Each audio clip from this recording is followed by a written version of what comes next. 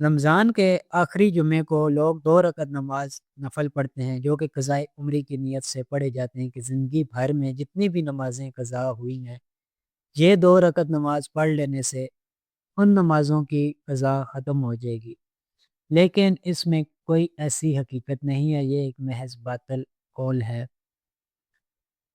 اللہ پاک معاف کرے، چاہے ایک نماز قضا ہوئی ہو یا جتنی بھی نمازیں قضا ہوئی ہوں ان کی قضا کرنا لازم ہوتا ہے، ان کو پڑھنا لازمی ہوتا ہے۔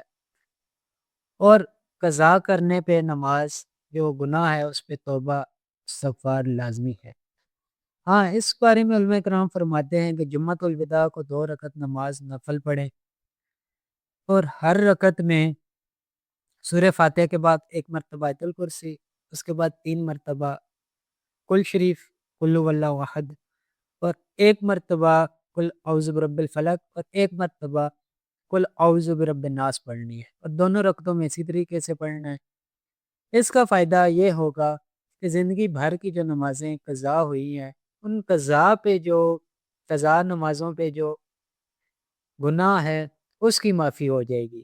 اس کا یہ مطلب نہیں ہے کہ زندگی بھر جو نمازیں قضا کی گئی ہیں ان کی معافی ہو جائے گی، ان کو ادا کرنا لازمی ہے